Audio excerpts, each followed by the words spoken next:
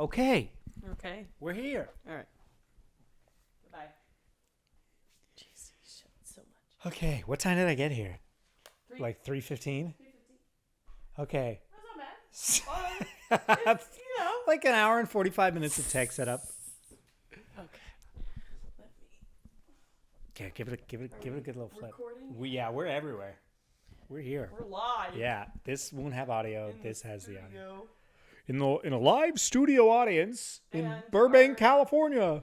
Are you going to be making eye line to the camera too, intermittently as well? Yeah, I guess so. I think whatever just feels good. It's our first time. Yeah. Should we talk about what we're doing? Because theoretically, someone could have hit play, and we're 50 seconds in, and they're like, "What is happening?" So if someone is listening for the very first time, hey, bub. Hey, I have the worst cats. So theoretically, someone is listening for the very, very first time. What should we tell them? What's happening right now? If they have no video, they only have audio. Look at his eyeballs, bro. What you should know if you're listening is that my absolute insane child of a cat is immediately disturbing the podcast. Got it. So there we go. So we're doing a podcast. Hi, guys. Hello. We don't have a plan. No. We don't have a name. No. And it took us almost 2 hours to set up. But we're here. I guess I should say it took me 2 hours. You were Really? You set up the frame and everything in a minute. Like we had two roles. She was doing the aesthetics. I was adjusting the She bookshelves. was visual. I was audio. And you know what took the longest is the audio. And I had all this fancy equipment and none of it's working. But we're here. we got there. Yeah. 2 hours of tech is better than no podcast. Yeah. Yeah. So I guess what we were thinking, talking to the listener, is we enjoy each other's company. Yes. We have a lot in common. Yes. Culturally as well as personally, I guess. Yeah. And professionally. Yeah. And we were like, Humorly. people like hearing from us. We both have voices that people enjoy Yes. for similar reasons and different reasons. Mm-hmm. So we're like, why don't we start a little podcast? Little podcast. So maybe whoever's listening can let us know in whatever comment section you find yourself. Yeah. What type of podcast you like. See, we're professionals. We let you do the work for us. Right. We let them tell us. Yes. Mm-hmm. Because why would we have any sort of imagination to then decide Absolutely. ourselves what kind of content we're It's making? extra work. It's like they want to hear from us. Just, Yeah, they want you tell us what you want. and we'll maybe do it. Yeah. Have you? So I have no structure. I have some things we can talk about. Okay. I figured the best thing, in my opinion, for the podcast would be us just being ourselves, having fun. Yeah. Because we have a blast chatting about whatever. That we do. So I feel like we can just kind of go wherever. Did you, I guess before I jump in, was there anything like you had envisioned? Or There was only one question that I had so we thought of. got it. So we're firm in the conversational space, I guess, Yeah. before we start. Yeah. Is that where we see this going? Like just to let's workshop like some names. Not that we have Yeah. to stick to these, Okay. but like something that Yeah. encompasses us.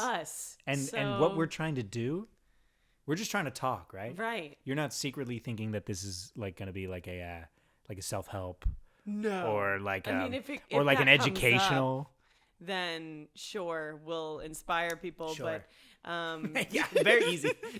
Don't even think like, can I inspire? Just like, yeah, if it comes up, you're gonna be inspired. If we happen to inspire, then take the inspiration. But What's the name? So I guess well, I feel like we both really bonded over being Italian. yes, that was one of the things I wrote down. I was like, we Yeah. could tell people how we met because some Yeah. people might have no idea. Like, what in the crossover episode Yes. is this? It's a funny story, really, because Yeah. of who. Well, why don't you introduced us. start because you have more context to the story than I did when we first Okay. met. There were all these things going on that I didn't know. Yes. I was just introduced to you by somebody. right. Yeah. So not that I want to give this person any airtime, but No. to dive into Let's the give her short a fake story. name. Oh yeah, definitely no real name. But let's just say I had a sort of a psychopathic person that was very obsessed with me. Capital P, and was a teenager, mind you, and was just over the moon obsessed with me. But the beauty that came from this is this person found Zach and was like, Zach, you do TikTok, you do Twitch. Dorothy, you do TikTok, you do Twitch. You guys should interact with each other. Mm-hmm. And though this person eventually got removed from my stream space and everything, it connected us. Yeah. And, you know, And here we are. What did we do when we first You know, I remember met up? I was like kind of familiar with you from like TikTok, but not like in a personal way. Yeah. And then pretty common for people that don't stream. Like when you stream, like one of the ways you build your community is your community introduces you to other people and then you raid each other, which just means like I'm done streaming. I'm pushing my audience to Dorothy so they can keep watching or they can leave, whatever. So that's how we first got interacted. Yeah. We thought we were related to each other because you were telling a story about your Aunt Maria, and we're both Italian. We skipped over that. We're both American Italian. She's from the East Coast. My family's from the East Coast. I'm from California, but like my whole family, like very Long Island. She's Jersey. Like there's a lot of overlap there. Yeah. So she was telling a story about her Aunt Maria, who makes the best baked macaroni, and I was like, what are the odds? Because I also have an Aunt Maria who like is renowned for her baked macaroni and gravy like recipe. It's like, oh, Aunt Maria, like, oh, she's going to bring Aunt baked Maria's macaroni. just know how to cook. So we thought we were related. I'm pretty sure I was high the first time I was watching your stream. And you make great content for people who, like, smoke marijuana. Gee, thank you. Like, I was just dying.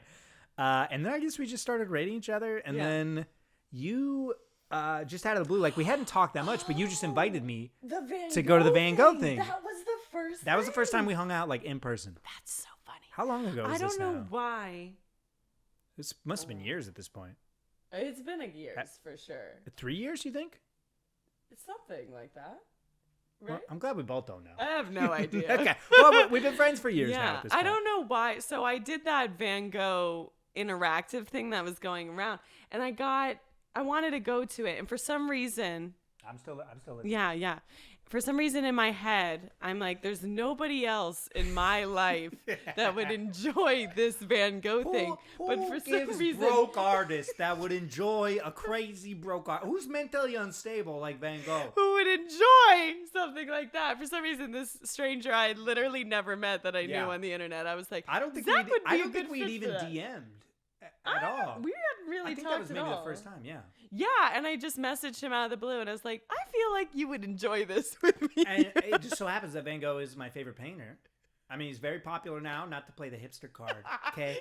You liked him first. But I had like one of those mass-produced Starry Nights that you get from Target in my room. We're talking like 2004.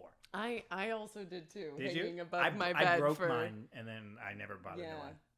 I don't know. As a teenager, I had it, okay. and then I think when I moved, it went to the archives. So I wrote down a couple questions because I was like, what are we going to talk about? But we already like perfectly jumped into one, like in terms of how we met. So then the question is, okay, how do we met about each other? First, perceptions. I feel like that's kind of tough because we perceived each other online. On the internet. But then we met in person. Yeah. And we did like a fun thing. This kind of like, I'd never done this with a friend before, but we like gave each other like themes for like what to wear. Do you remember that?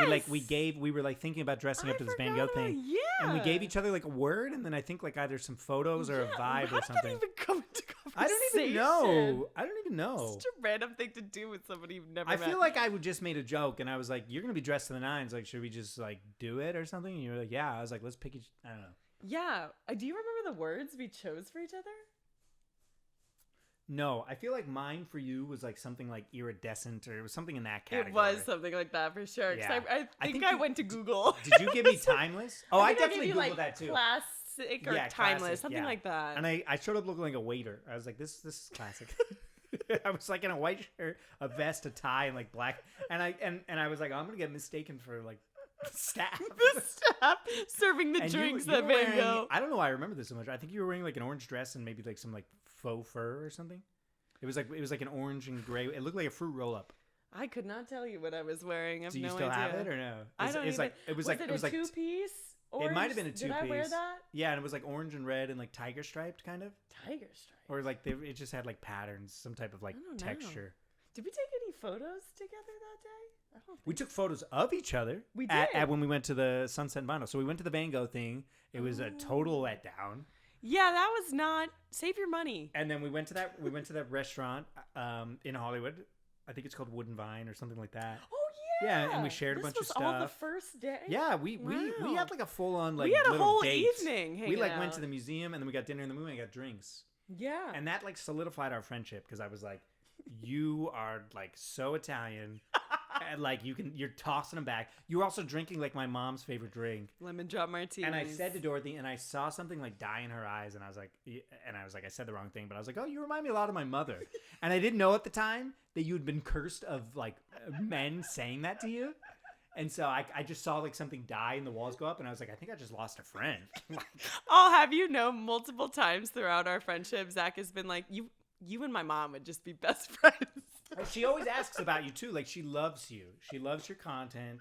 She like the TikTok you did where you were like talking about your like past and stuff. She like called me afterwards and was like, because like I think I don't know. She's also like a strong Italian East Coast lady that has had a little bit of a rough go in the early years. So there's some crossover. Yeah. But anyways, first perceptions. Oh yeah. Right. So I thought you were wicked cool. Okay, yeah. I had to. This is something in my own personal life that I have to do with like most people, especially women. I need to be like so clear as to like what the dynamic is or how someone's feeling. Yeah. And maybe it's something I need to unpack. That I'm like, well, I don't know how I feel until I know how you feel. Yeah. But like, I was a little unsure because I was like, well, it was just coming out of the blue and it was like a museum. So it was like, in my mind, it could have been like a romantic evening, like museum, dinner, drinks. Yeah. But it could also been platonic. So the whole time I was having fun. Yeah. But I was also like trying to suss out. This? I was like, what is happening? Yeah. And then you like dropped me off. Yeah. You were such like the man that night. Like you like ordered for us and you like drove me home. I could feel my energy was very much. It was very like, dominating. Yeah. That and then as I was leaving, I was just like, do you remember this? And I was just like, hey, just to be clear, we're both feeling. This is platonic, at the right? same time, we were both like platonic, and I was like, cool. No, honestly, that's one of the most memorable things about that night. And I've told a lot of my guy friends about you saying that. I loved how clear and direct it was. Because a lot of times you don't know with like friendships, 100%. whatever. Especially these online things. Yes. And we're also like colleagues. So it's like, yeah. And we'll talk about this later. I'd be curious about that. I'm going to write it down, but keep going. Yeah, no. And literally right away at the very end of the evening, he was like, I just want to be very clear. This was like a platonic thing, right? And I was like, yep. Yeah. Perfect. And then from there, there's just no question. We've had no issues. That's the way to do it. And we both had issues. This is another thing. I feel like this is perfect because we'll just keep talking. But like, thinking of that night, it made me think of like unclear, ambiguous relationships, and then like friend breakups. Yes. And like regular breakups. How like maybe that's too big of a topic. Like we could each talk about like friend breakups. You've had friend breakups? I've had so many friend breakups. I've had a few friend breakups as well. But sorry, first perceptions. Oh, yeah. I thought you were wicked cool. Yeah. I was sussing out the vibe. Then I thought you reminded me of my mom. And I just thought you were super like down to earth and like you were this person with like, you know, millions of followers, that kind of reach. We're meeting for the first time. But I was like, oh, this is like a genuine person, which obviously I'd watched your streams and stuff. But like, what am I trying to say? I guess you lived up to your own hype, I guess. There we go. Hey. Yeah. She's real, ladies and gentlemen. See, what you see is what you get. What you see is what you get. Yeah, I thought you were funny for sure.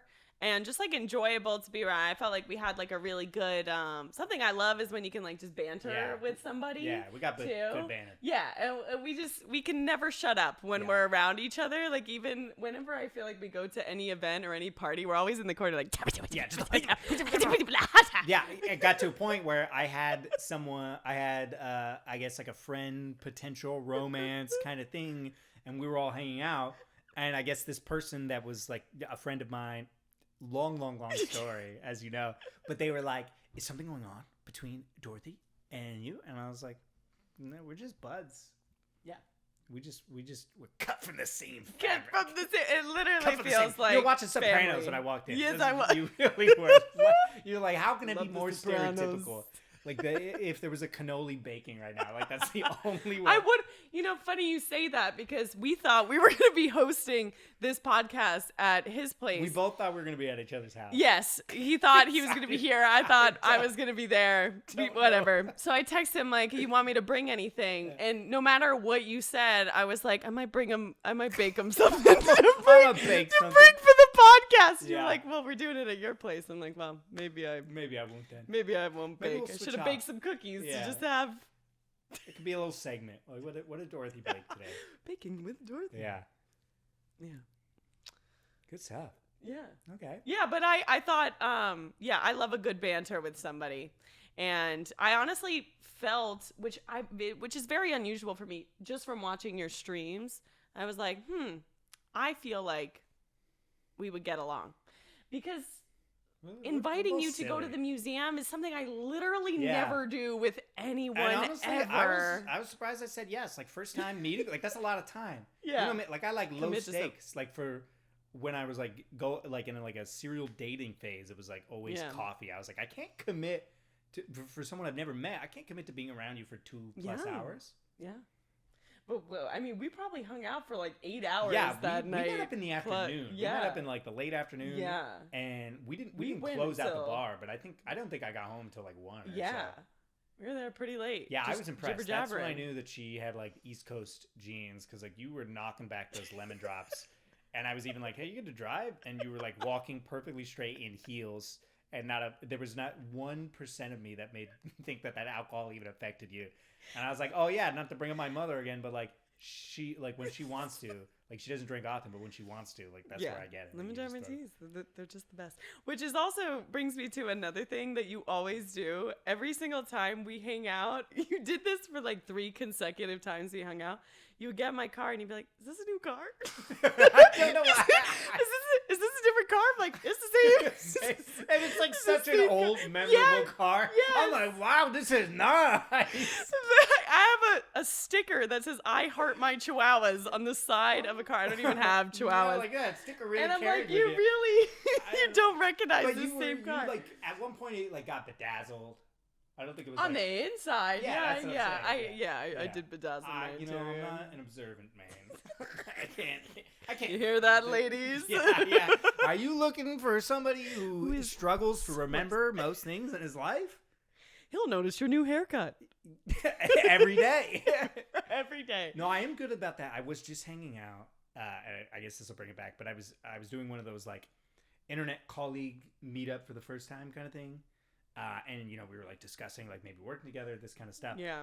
But I hadn't seen them in maybe like a month or so. I like met them at like another mutual's like concert, and I noticed, I was like, "Did you change your hair?" And they're like, "Yes."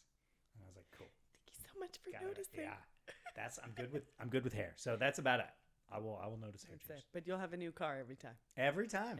It's always new to me. Hey, it makes me feel good because I've had the same car since since I was like a freshman in high school. You ever gonna upgrade? Eventually. Yeah. You know. When you run it into the ground. Pretty much, yeah. Yeah, that's what she's I'm paid off, so I'm gonna. Same. I need a smog check. Run I'm old so Sally. behind on car stuff. I need a smog check. Gotta change my transmission fluid. Yeah. I need new tires.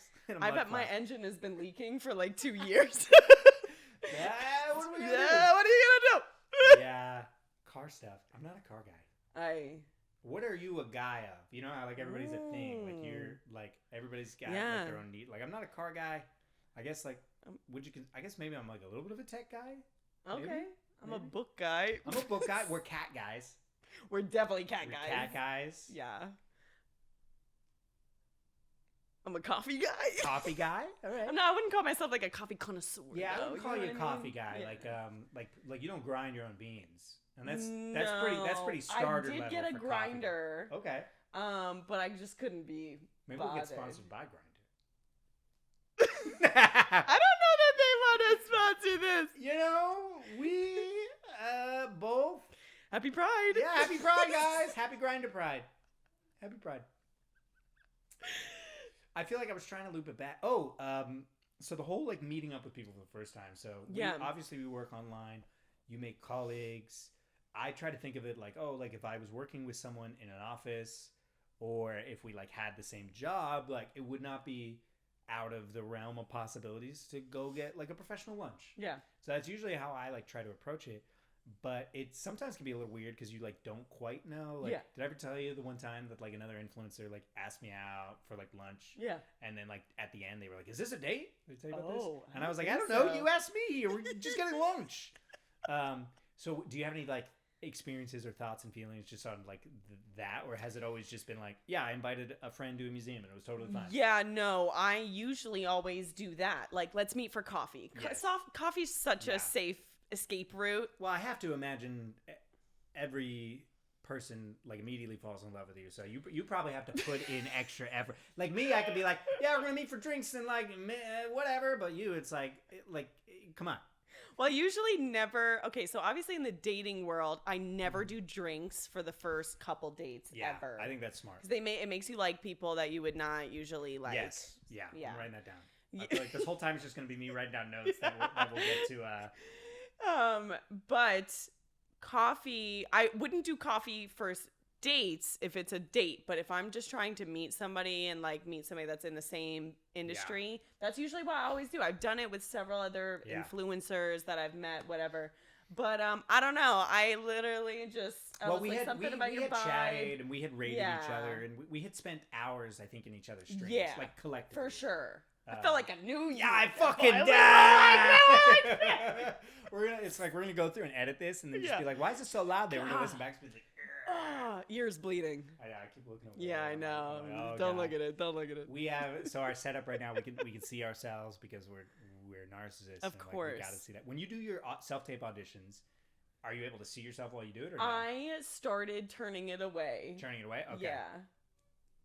I felt like it helped me focus better because I'm too obsessed with myself. I see. I never used to have it because I used to just like do the phone thing, so I couldn't. But now that I have like a camera and a setup, whatever, you can see yourself. Yeah. So I keep myself in the little monitor. Yeah. And sometimes I blow stuff up, but I don't know. I feel like TikTok has made it so it's like easier for me to act while I'm watching myself. So are you like because I've tried that, like acting to yourself in the camera. Yeah, I'll do that. Yeah. Like or I'll be like checking on myself and like I don't know. Like I feel like even when I was like in theater school and stuff, I would often do acting exercises like in the mirror. Yeah. And I feel like it helps me do that because like if I see myself starting to get work up, I'm like, yeah, you're getting fucking worked up. Yeah, keep fucking going, dude. Yeah, don't fucking stop. Yeah. Also, I don't know if you've done this or if this is just like an emotional girly thing, but the amount of times I've like stared at my reflection and cried in the absolutely. reflection. You know how many ego deaths I've had staring into the camera?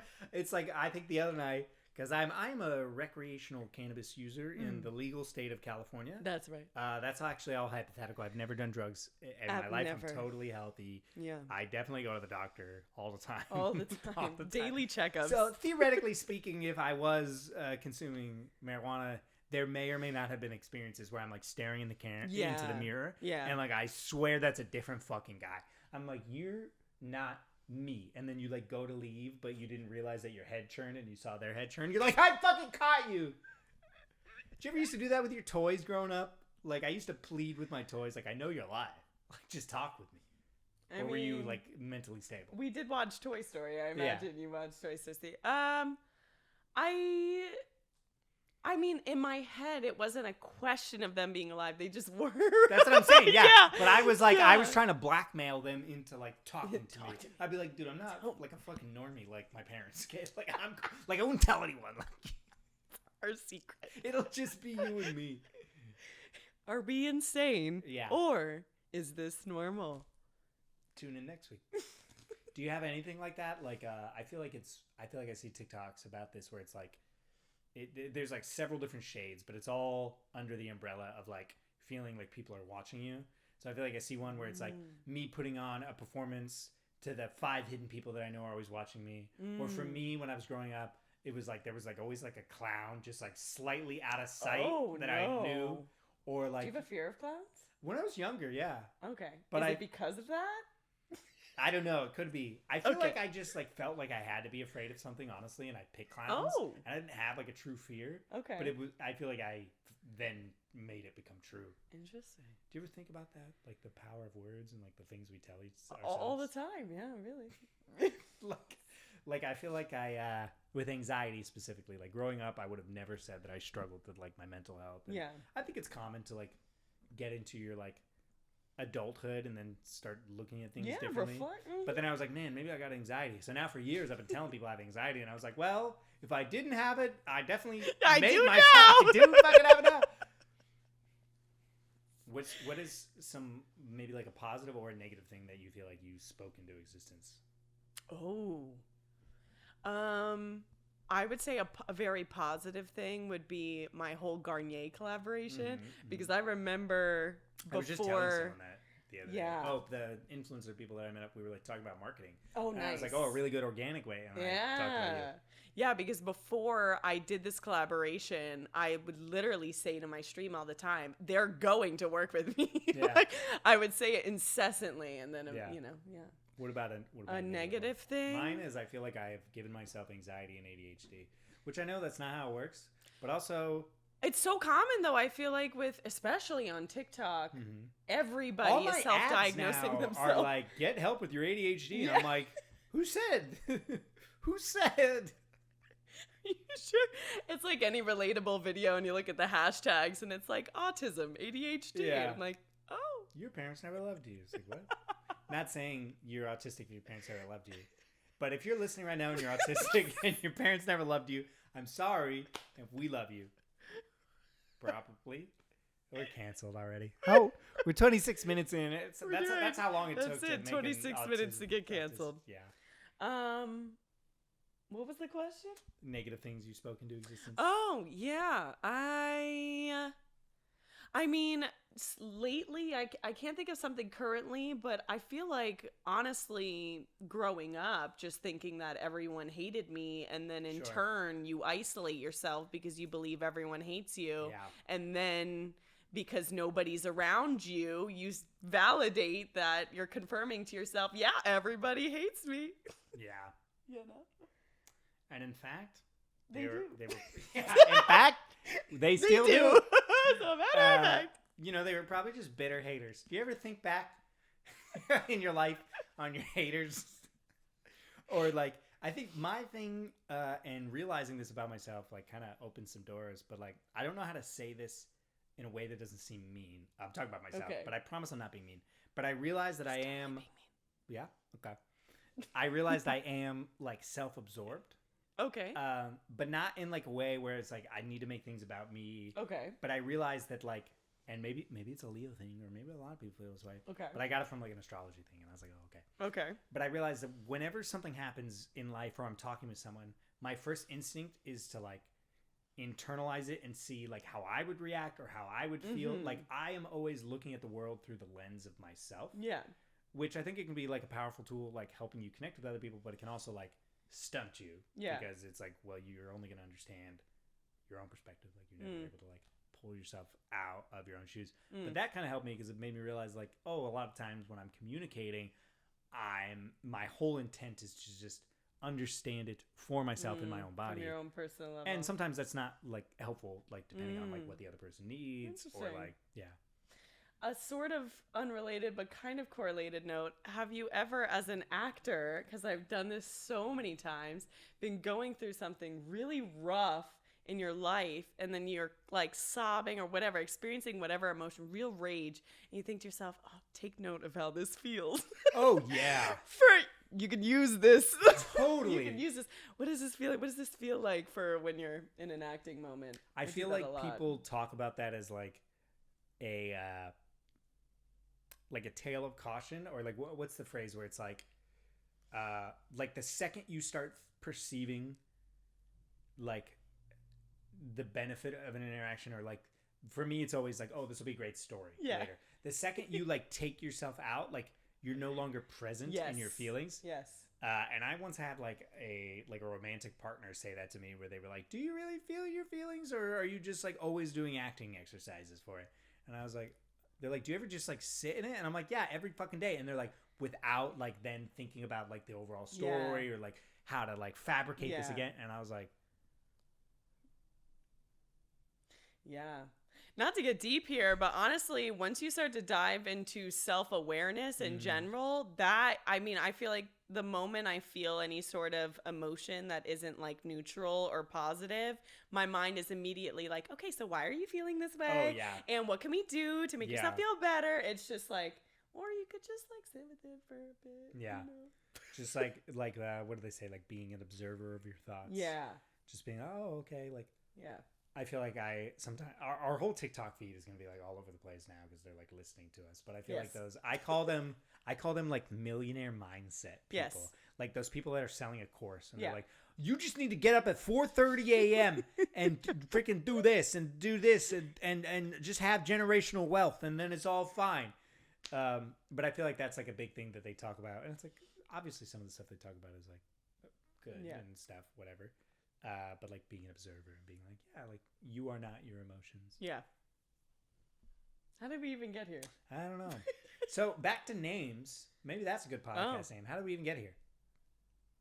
Oh, We'll workshop. that's pretty catchy. I was thinking about more stuff like we're both Italian. We both talk actors. Thinking about the couches. You know, if we do both our couches from couch to couch.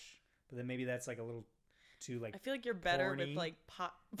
You know, like couches. We're casting couches. couches.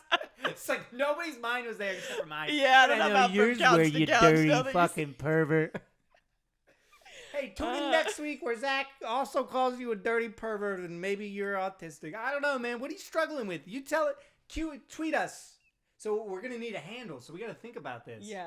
Because I think you're better at like podcast catchy because my head is just like two Italians gabbing. I like that.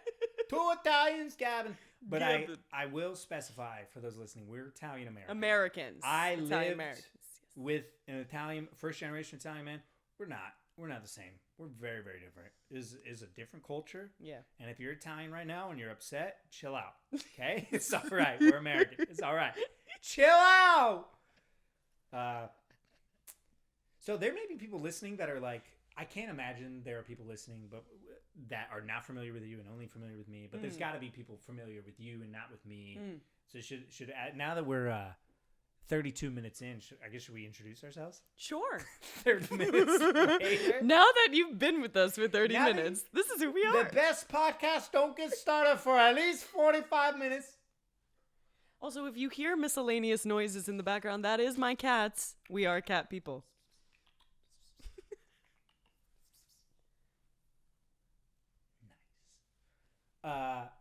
Yeah. So who are you? Who am I? Who are you? Hello. Should we introduce each other? Oh. No? Did that give you a little? You're like, I don't even know what to say about it. Well. Okay, why don't you introduce yourself then? I don't even know what to say about I myself. was ready to go. I was like, I don't remember your middle name. Whenever people ask me what to say about myself, it's hard to not immediately go into like, this is my name, this is what I do for work. What's your Like, what fun else do you fact? say? You know when you were in classrooms, icebreaker, everyone had to give a fun fact. Did you always change it? You know what I've always used? What? Maybe you told me this before. Probably. I mean, you know all about it. Hi, my name is Dorothy Mannine, and I have been addicted to World of Warcraft since I was 9 years old. I don't even think you're addicted anymore. It's always Oh, there. it's like an It never alcoholic. goes You're away. always there. Yeah, Okay, I'm sorry. For because- everyone that is addicted to something, I'm sorry. But she doesn't even play. I still play. I was playing last night. I don't play, and then my hands will just be like, World of Warcraft. Well, hey, they have Joyous Journey going right now, so it's 50% XP increase across the board. Again? in Because Rapid I Wars. missed the last time. Yeah, well, I they do it tried every time the new phase comes out. So it's probably going on for maybe like another couple of weeks. That is also, since we were talking about first impressions, that is also something that immediately made me like Zach because he has also played WoW Big forever. old fat and, nerd. there's a lot of you that are probably listening and you're like, okay, What World is of that? Warcraft players. Yeah. But there's a special bond when you discover somebody that has played it, especially since Classic, Yeah. since it's Totally. been out. And I Yeah. feel like we both are not like typical, like what you would think when you think of Yes. like a WoW gamer. Yeah.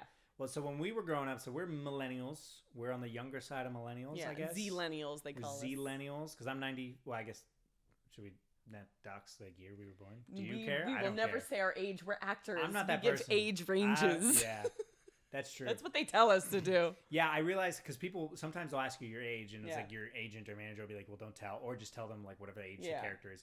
Because like I'm 28, and you know, like sometimes I'll still go out for younger 20s, and sometimes they could be like, "Oh." Yeah. But I realized what I'm gonna start saying is, usually what I do is I'll like joke and say, "Oh, like I'm not supposed to tell you," and then I'll tell them. Because what are you gonna do if the cute. director's like, "How old are you?" Like, what are you gonna do? It's like, "Shut up." I'm not bozo." telling you. Yeah. But I realized I'm just gonna start just saying, "Oh, it's a trade secret," and then just nothing else. Really? Yeah, how old are you? Trade secret. That's clever. Because why do they really need to know? What do you think I look like? That's it. Yeah. I never understand why they ask I'm that. however old I can play. Yeah. What were we just talking about? Introducing ourselves. Oh, yeah. Yeah, that too. Oh, Yeah. we're not typical. We're older. Yeah. So, like, when we were growing up, it was like nerd culture was not a thing. Like, there was no Marvel. Like, if you were different, you were, like, bullied severely. And, like, I came from an area where if you look different, which I did, I was short, pasty, ginger. Yeah. There was a lot of that kind of stuff. So I would not tell people that I like played World of Warcraft, that I watched anime, that I read like deep fantasy books. Yep. But I feel like when people think of like that genre, like they wouldn't think of us. Maybe. Yeah. I wouldn't think of you. No, absolutely not. I think you were. No, a lot of people never think I play video games. But how dare they for assuming? How? We all the gamer girls don't all look gamers. the same. The bro girls and the anime girls, I feel like, is the only two that you see broadcasted for gamer girls. Did you ever watch that like South Park World of Warcraft episode? That's the only South Park episode I've ever watched. And I feel like that's what they think of. Yeah. They think of like a grossly overweight, probably white male living in his mother's basement. Yeah. And I'll have you know I live alone on the top floor of a building made in the 40s. Every time it rains, my roof leaks. Vintage. It's vintage asbestos.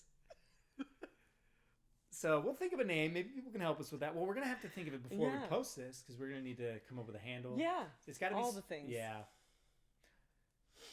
I don't know. Well, my short-lived podcast that had like 2 episodes on, and then the third one had audio issues, and I never got back. It was called, we'll come back to that later. Oh. Which was perfect for me. Yeah. Because I cannot keep a train of thought to save my life. Very good. You never introduced yourself. Speaking of. Well, you didn't even say your name. I did. You did? I said, that's hi, my bad. my name's Dorothy Mannine, my World of Warcraft vet. Oh, okay. Got it. Yeah. Hi, everybody. My name's Zachary Cowan, but I'm Cowman online. That has caused lots of issues. People have been giving me, like, I'd like gone onto sets, and then, like, the contract says, like, Zachary Cowman. I was like, oh, that's not my name. But anyways, my name's Zachary Cowan.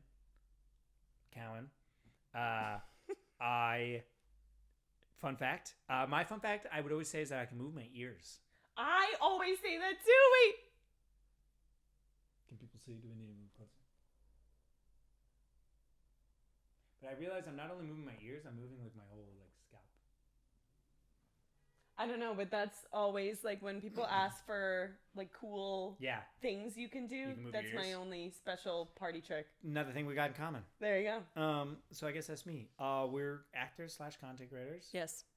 Now, like most people, we're making a podcast. Yes. Because we thought we're that entitled. We're like people want to sit. People want to listen to us. But I mean, we already live stream, so it's essentially just same thing. A not live stream. Yes, it's like a dual on stream. Yes, exactly. All right, well, we got through a lot of my stuff about how we meet, first perceptions, shared culture. I know you had one. You said you had one question. Mine is very stupid and random. Okay. I have stupid ones as well. Great. My question to you is, did you ever have a word that you were saying wrong like your whole life and you didn't know until somebody told me, said it to you? Yeah, pronunciation is like my kryptonite. Yeah. My mom, when I was a kid, made me feel better, and she's like, if people make fun of you for saying words wrong, she's like, just tell them that you learned it in a book, and they had to learn it because someone told them. And I was like 5, and it's like my mom was like really upset. She had your back. Yeah, I was like, thanks, Mom. I was like, I think I just like have borderline dyslexia, but all right. Why did I bring this up? So what's one of the words? Oh, I was saying, so fragile. Okay. So I was saying, what was I saying? I was saying fragility. Okay. It's fragility. Oh. I had been saying that. fragility. That makes more sense to me. English is a stupid language. And then I was doing like a play in college. I was like freaking 20, 21. And the director like pulled me aside because we had, and I don't know why they should have told me on the table read, but we were like well into rehearsals. And she's like, hey, by the way, I think she was like afraid to offend me. She's like, hey, by the way, it's fragility. And then my co-star was like, yeah, man, it's fragility. I was like, why didn't you just tell me? Are you supposed to say like fragile? Not fragile? No, I think you just say fragile, and it's just English is weird, so it's fragility. I could totally be wrong. I'm pretty sure. I'll trust anything you say. Wow. Take it to heart. All right. That's what it is. What about you? Do you have a common? Yes. So I didn't know until I was doing a scene in acting class. And I kept saying museum, which is apparently properly pronounced museum. But I would say museum. Museum. It almost seems like a southern kind of lilt to it. I don't know. Yeah. But, yeah. All Then right. I was like, what do you mean? I had no idea. Are there any words that are like just hard for you to spell? I was thinking about this earlier because I was trying to spell a word and I was like, I always suck at this word. Guarantee. Guarantee. That's a tough one. There's a lot of E's and The U's A's, and A's. the Yeah. U's. And there's no like fancy trick for U and A, like I before E except after C. That's how I always spell ceiling correct. Nice. Because it's CEI. Yeah. Because that whole thing. I struggle with parallel. Oh. It's all hard. I Okay. just don't know when there's. Where's the doubles? Is that what it is? Yeah, and it's like I always try to add another R. Territory always gets me as well. Really? Yeah, how do you spell Interesting. territory? Well, now that you put me on the It's like spot. T-E-R-R-I. Is it I or is it O? It's gotta be I. T-O-R-Y. Yeah, territory. I also like. You guys tell me if I'm dyslexic. I cannot. If someone spells a word at me, I can never do it. They gotta go so slow and repeat themselves, and I gotta like. They'll be like, "Yeah, fragile, F-R-A," and I'm like, "Well, slow down." They're like, "F-R-A," and I'm like, "No." I have a. We need to go F. R. I need the up and down. Okay, I have a question for you. Okay. Do you ever use like let's you're on the phone with somebody and they're like, "How do you spell your name?" Do you ever use like D as in no dog? I'll just give it to him straight. Yeah. I won't even and like my email for some reason. So weird thing about me. I don't know. I really like the numbers 203. Okay. It's like an inside thing with like some hometown buddies of mine. Okay. Like it's just like a whole thing. So most of my like monikers, like when I need to put in numbers, have those numbers. Okay. And so when I was making a Gmail account, probably in like 2006, 2007, I was like, I'll just do Zachary 203. Of course. It was taken for some reason. So stupidly in my mind, I was like, I'll just drop the second A in Zachary. So it'll just be Zachary, Zachry. Interesting. 203. And I didn't think, and I Just still had this email. Spell your name incorrectly to keep the numbers. It's a key because the numbers, the name, whatever, those numbers. Priorities. And now every time I give someone my email, they're like, "What's your email?" I have to go, "Oh, it's Zachary 203 without the second A," and that always throws people off. And then sometimes I'll just spell it, so I'll go Zachry 203, and then they're looking at it and they're like, "Sorry, should there be another A in this?" Yeah, my last name has a lot of N's and M's in it, so I don't. I just try to be as clear as possible when I'm delivering it. Yeah, Mannine. Yeah. So you imagine the N's and the N's could get mixed up very easily. But I dated a pilot before, and he was no matter who he was talking to. It's not a cool thing. Because if I dated a pilot, it'd be the first thing I sat down and be like, "So, anyways, bad date stories, good day. Yeah, I dated a pilot." You think it's like cool until every time you're on a flight, you have to hear every breathing detail about what's going on with the plane, and you're like, "All right, I'm over it." See, the thing is, I wish we weren't streaming because, like, I like to know names of people. Like, I like to put it together. You know, Whisperers. These mics are strong. We'll edit it out. Oh, that's not even a good name. Yeah. I was going to say. It's one of those, like, red flag names when you see, like, videos and they're like, "Don't date this guy." Speaking of red flags with that name, I have, like, a tangential red flag. Okay. I shouldn't talk about this, actually, so I'm going to keep it incredibly vague. Okay. So there's 3 people in this story. None of them are me. There's a couple. Okay. And then there is someone with that name. Okay. They gave me. This couple were working together, and there's children. Yeah, children. And they had an opportunity to bring in this third person to come into a work. They were working on a project. Okay. It was a collaborative project. It had multiple people working on it. Okay. And then that person wound up like becoming part of like an infidelity thing of the couple, and they have that same name. So that name is a problematic name. We're not going to tell you what the name is, but there's a problematic name. You can take your guess. Put it in the comments section. What is the red flag male name? Yeah. For you. I've dated a lot of like the stereotypical red flag. I did a lot of J names for a long time.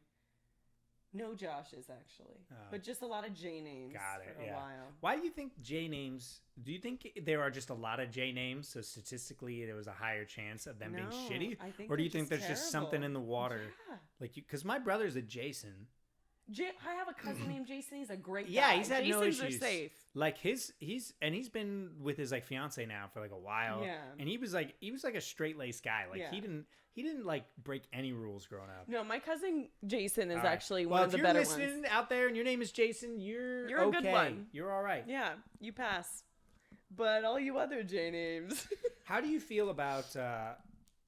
Would you ever? I think about this. Would you ever date someone who had the same name as like a sibling or I already have a sibling or a parent? a parent, which is Ooh. worse. No, I think that's a little bit better because you're probably calling your parent mom and dad, but like a sibling, you probably grow like if we're related. That's fair. I probably called you Dorothy since we we're alive. Yeah. So I feel like that would be harder for me to date like someone. So my sister's name is Kelly. Yeah. So like when I was on dating apps, I was just like no. No, I mean. What about sharing a name with your ex? Do you care about that? sharing a name? Yeah. So like let's say you dated a Josh. Would you date another Josh, or it'd be like, is there like one person per Interesting. name?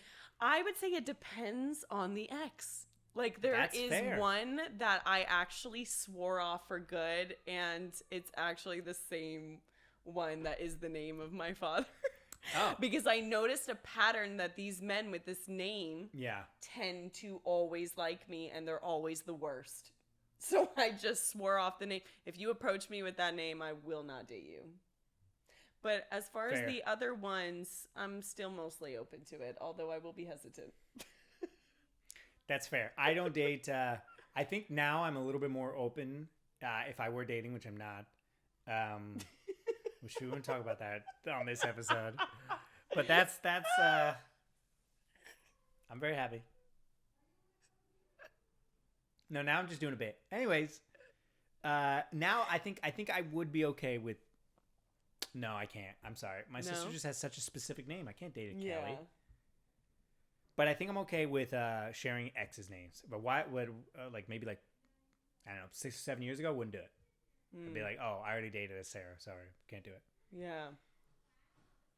I maybe I would ask someone. I see. The thing is, I would just say no off the top to the date, so I would never get Yeah. that far.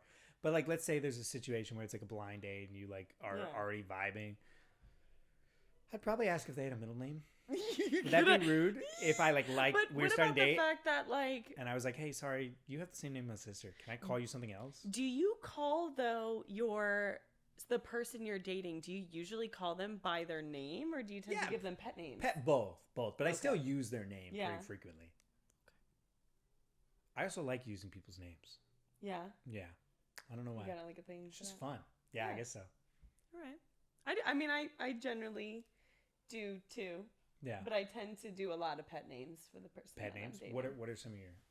Baby is like You're a a ba- I'm a go-to baby too. for Some me. people don't like it. Yeah, but I also tend to use a lot of pet names in general too, for like even like my Sure. community on my streams. Yeah. Like, hey baby. Yeah, I'm a I do nicknamer. that a lot. Yeah. I like to nickname people. Yeah. I do BB a lot. BB. BB, just for like typing. Yeah. Text wise, I'll do BB. BB, yeah. How do you spell it? Just BB. Do you Nice. add E's in there? BBY. Oh, baby. Okay, yeah, that's But good. I say it like BB. Yeah, Yeah. And love, darling, sweetie. yeah. Those are all good. They're all very generic. I'll throw like a bear in there, Oh yeah. like a baby bear, or That's just cute. bear. Okay. Yeah, I'm not very creative with them. Like I'm not over here like, oh You know, my if it's not- muffin if it's not puffin. broke- yeah, muffin puffin. That's the name of the podcast. Muffin puffin. We're gonna have to Yeah. think on it. Yeah. I feel like we both like care and don't care at the same time. Like Yeah. if one of us like threw out something, be like, "That's good." We'd be like, "All right." We'll do it. Yeah. What was the first thing I said? I don't know. I liked a I couple liked of the it ones too. you shot I guess we out. could go back. Oh yeah, you didn't jot Yeah. these down. Yeah, we are. Yeah, no, it's top ahead. What was the first one? I felt like it was good. I did like it. Yeah. Not the couch one. No, Of course, not that's that the one. one It was that right stuck in before my that. head. What? No. You can't ask my memory. Me neither. Not reliable. Okay, so I just wrote down Yeah. some random questions. Yeah, bring it on. What's it? Well, first of all, I guess it doesn't matter, but what do you think a good length for a podcast is? It's not where I thought that question was Yeah, going. what do you think a good length is? ... You tell us.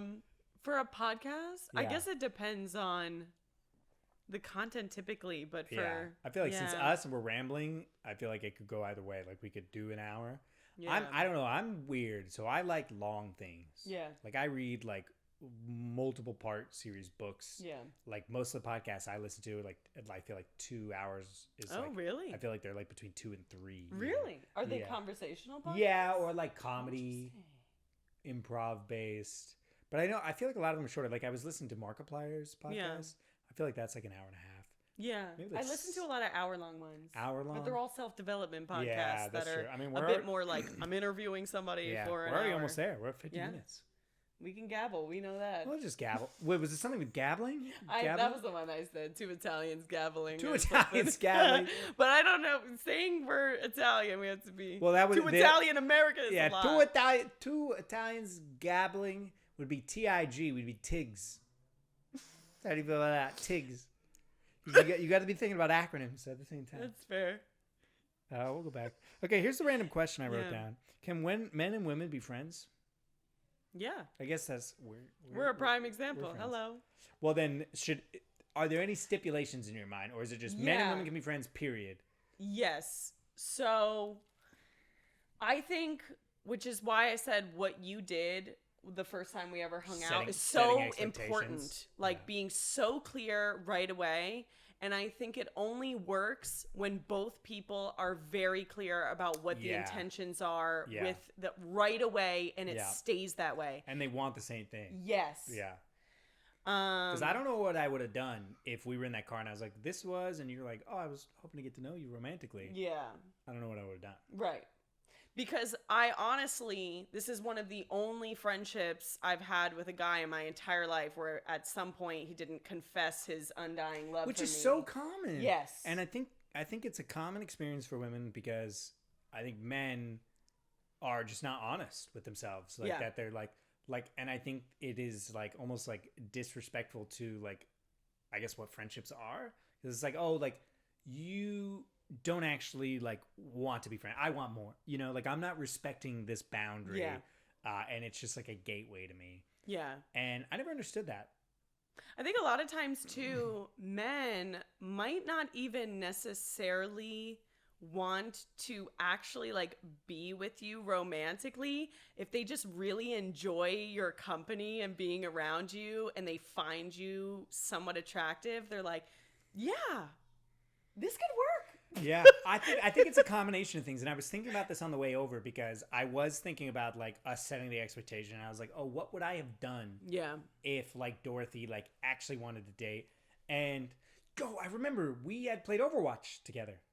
Remember we had like one hang, and that was kind of weird because I was like I can't really tell if this. And I had like just watched your YouTube video, which I feel like was a mistake because it was like I was like I have all this additional information on you now. Like what? God, which YouTube video? I think it was one where you were like talking about your past or something because it was years ago. Oh, interesting. But I thought about that. I was like, oh, what would I have done? And I think for a lot of men, especially in that time, I've since changed, but I was kind of like always open to like love or romance or like I think a lot of guys, maybe women in general, you can let me know, but I think a lot of men approach any situation with someone that could be a sexual partner as that. Yes. And I used to be that way. And even when that's why I was like in that headspace where I was like, oh, what is this? And, I don't know if I'm being honest, like maybe if you were like, this is a day, like I probably would have been like, well, let's see how that works. Yeah. Then. Let's, because I'm Yes. pretty like go with the flow. And I think a lot of guys are, so that maybe they're just, Totally. they're just kind of open to it going either way. Yep. But if you're listening out there and if you are someone that like, you're constantly like thinking of like where that person is going to match in your life relationship wise, I'm just going to give you a piece of advice, unsolicited, I guess.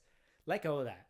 Like approach each situation as just like take romance off the table, take sex off the table. Like unless you're like, met on a dating app and that's what you want to fucking do, like, and that's totally fine. But like I think like my relationships have been much more fulfilling. I've been happier when I'm just like I'm just meeting this person, period. Yep. No expectations. Yeah, I think a lot of times, generally speaking, women do better about being friends with guys than guys do about being friends with women. And it's interesting because I'd also love to ask you like the question as far as when you're with a romantic partner, if they have a lot of like friends of the opposite sex, if that's a problem or not. And a lot of women really have a problem with it, which I almost feel like is more understandable than the opposite, than if a woman has a lot of guy friends, because women are very like, if they decided you're my friend, that's it. Like it's decided. Whereas men, if they have like a woman they really enjoy that they keep around, if she someday decides like, you know what? Yeah. Well, I think it's problematic for like a few different reasons. But like obviously we think that both people can be friends, but we think that like expectations need to be set. Yeah. I would go further that like I think people can only be friends if like there isn't like an attraction there. Or like I think if one person is on that realm and the other person is not, like it's just setting up for failure. But I think it can be problematic because men are continuing a friendship under like false pretenses, like hoping that will change. And that's not what you do to a friend. Like you're not conditionally friends with someone, or spoiler alert, that's not a friend. Yeah. But I also know that the inverse exists where maybe, and we're talking heteronormatively, maybe the girl is aware that the guy has feelings, but either doesn't want to address it or enjoys some type of level of intimacy they're getting out of it. And that's problematic because it's not just a friendship at that point. Yeah. Because one person has feelings for the other person and they are giving them some type of intimacy, whether it's emotional, verbal, whatever. And the other person is collecting that but not getting the same in return. Yep. Totally. So I feel like it can kind of... Yeah, and I think too, like, especially for women, I would want if I'm dating a guy, I would want him to be able to have friends that are women, because it shows that he can respect women on a friendship level. I totally didn't answer your question, but that's exactly right. It. Right. I talked about something around the subject. No, you're good. You're answering like a politician. Just answer around the question. Yeah. But it's exactly that. I'm like, why wouldn't you want to have fulfilling relationships with either the opposite sex or the same sex, whatever you're interested in? Because it speaks to like, oh, you can view women as more than just a sexual opportunity. Yep. Do you think it's different though? Like, is it, like you said, like is it easier for guys to have more girlfriends or girls to have more guy friends? Because then the best friend. How do you feel about the opposite best friend, like a girl best friend, boy best friend? Again, and we're speaking heteronormatively, or flop it for homonormatively? Yeah. Is that how you say that? I have no idea. I've only ever said heteronormatively. I've never tried to say homonormatively. Is it because... I don't know, because I don't know that it's... Because it's not a norm? Because it's not the norm, I guess. Technically. Yeah, I guess like in terms of like... Societal, like, you know, man and woman married, like, you know, I guess like from the foundation of the country, men and women could get married.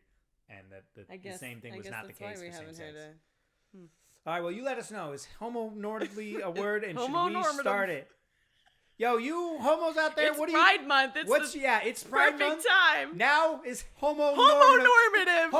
Homo is the new norm. That's right. If you're a hetero, you're not norm anymore. Get out of here. Hetero, unnormally. What's the opposite of normal? Imnormal? No, unnormal. Random. Hetero-unusual. Hetero-unusual. Homo-narrative, hetero-usual. You know, I've been thinking about the little, like, soundbite things we're saying. I feel like that whole segment. Really that would be great. Yeah. You and your bestie, like, it'll be, like, the little, like, voiceover thing. It'll be, like, you and your bestie decide to make a podcast during Pride Month. And it's just like, homo-normative. Homosexuals are normal. And you're not normal for thinking otherwise.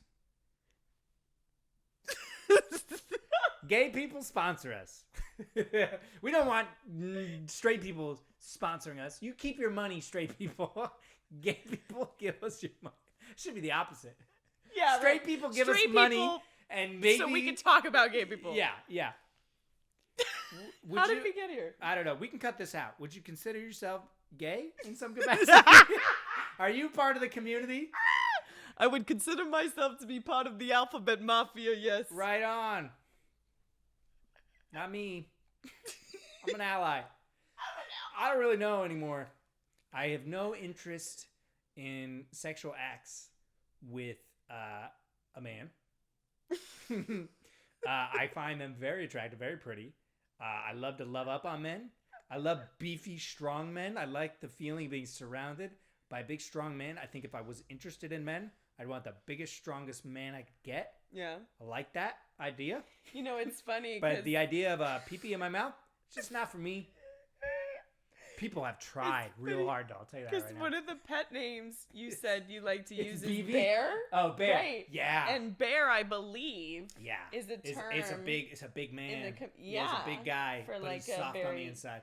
Yeah, it's so funny. I'll like call my partners bear, and they're like, "Well, I'm so small," and I'm like, "That's why it's funny." Oh, when you do it for the irony. Yeah. Or I just like saying it. So you guys let me know how you feel about me and my sexuality. Is it questionable? A lot of people have questioned it for a long time. I've said this before in like live streams, but the amount of people there's only one group of people that are supremely confident in me being straight, and that's gay men. I talked to gay men. I went to school in San Francisco. Immediately, they're like, "No, you're fucking straight."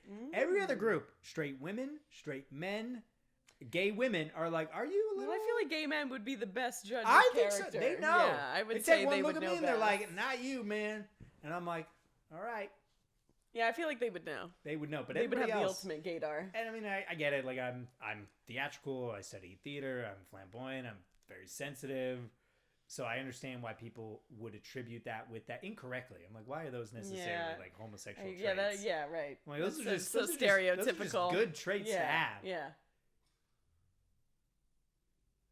So, anyways, I like the idea of a big, strong man, but not sexually. Like maybe just a partnership. Just not his like peen. I don't know, and I crave like that camaraderie. Do women crave? Do you crave this at all? Because I think a lot of men, we crave like male camaraderie. We crave that bond. Like within women? Yeah, is there something like that? Women can be very mean to each other. I guess men can too. Yeah, but like the whole girls girl? Yeah. I love girls. Yes. Yeah, I've never been one to have like a big group of girlfriend. I experienced that briefly once in my life, and it was magical. Like if you can get a group of women together that all really love each other, it's so cool. I think it's really, really powerful. You ever watch Parks and Rec?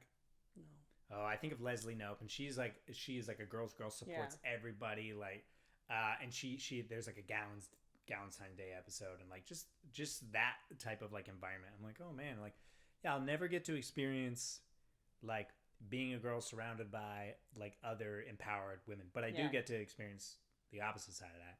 Yeah.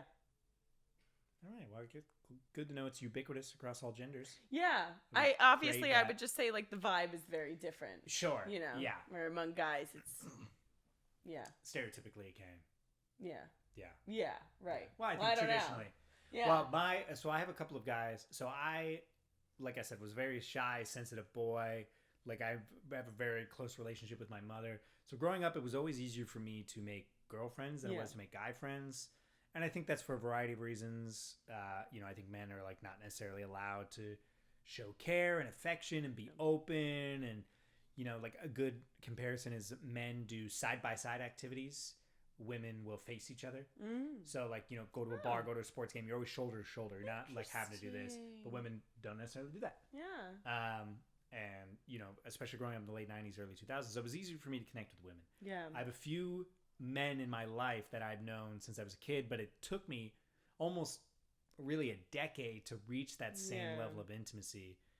And now I really crave that, enjoy that. And I think because we've known each other so long, like I went on a road trip with two of my best friends to meet my other best friend, all guys. He lives in Utah. And like, it's a 10-hour drive. And like, at a certain point, we were just like talking about like deep emotional things. And I'm like, damn, like this is what I've been wanting my whole life. Like I want to just sit down with my guys and be like, here's what truly fucking terrifies me. Yeah. Or like, here's what I struggle with, you know?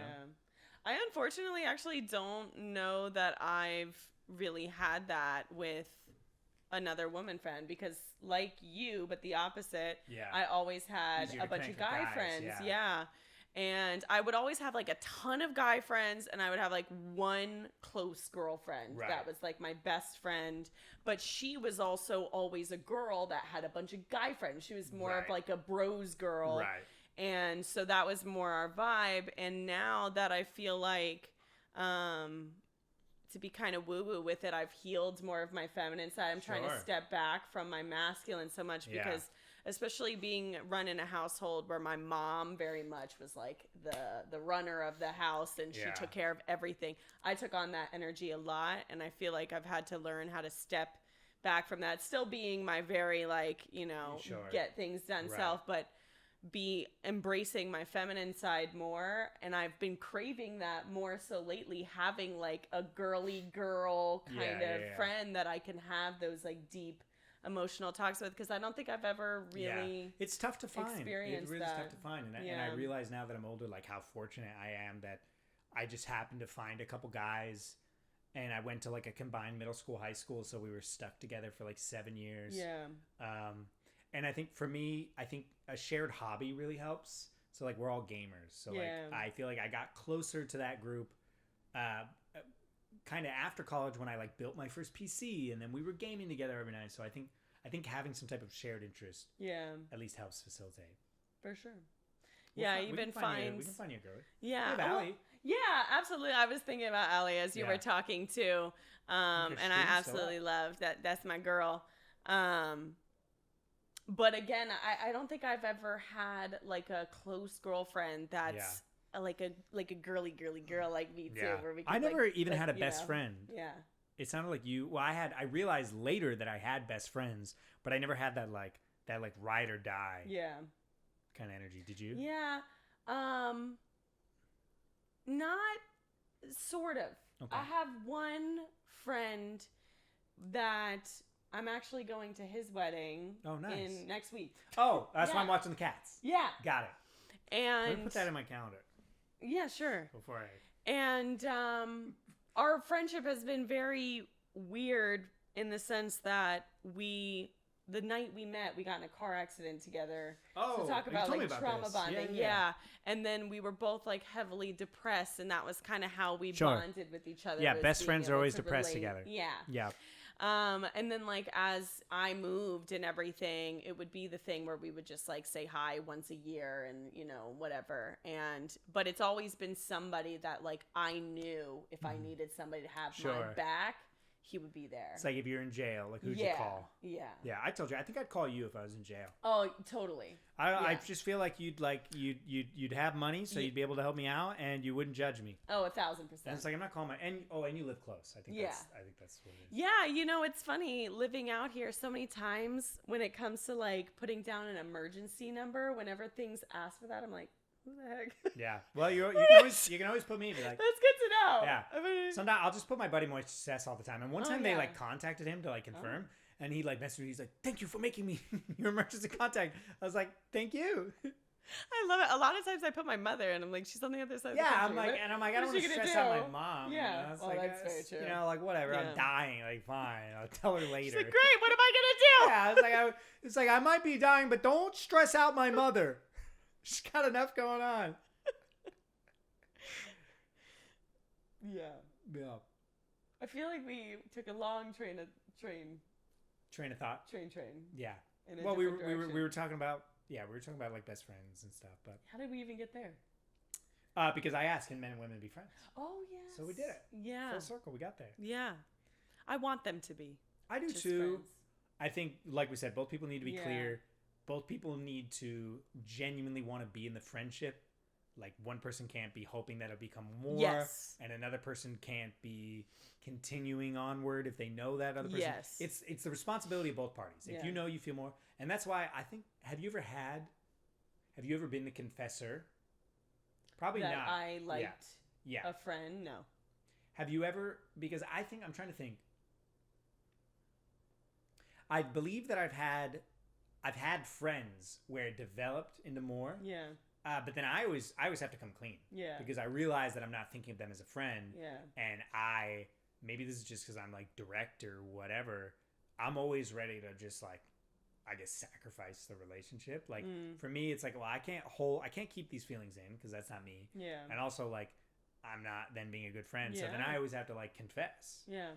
But I've never been the like, we've been friends for years and confess. It's been like, oh, we're new friends and we're just friends. And then maybe time passes. I'm like, oh, I'm starting to see you differently. Yeah. I need to tell you. And I guess that's only happened like twice. And then I guess both times I then got in a relationship with them. So sucks to suck for everybody else. Did you end up losing the friendship? No, we became in a relationship. Oh, yeah, you mean after the relationship? afterwards. Yes, yeah. Well, I had a long-term college relationship, and this was not like my most shining moment, but I was in a relationship before, and so we met in class, and we were just friends, just strictly friends. But then we spent a lot of time together. It was theater, and I was, we were working on shows and stuff.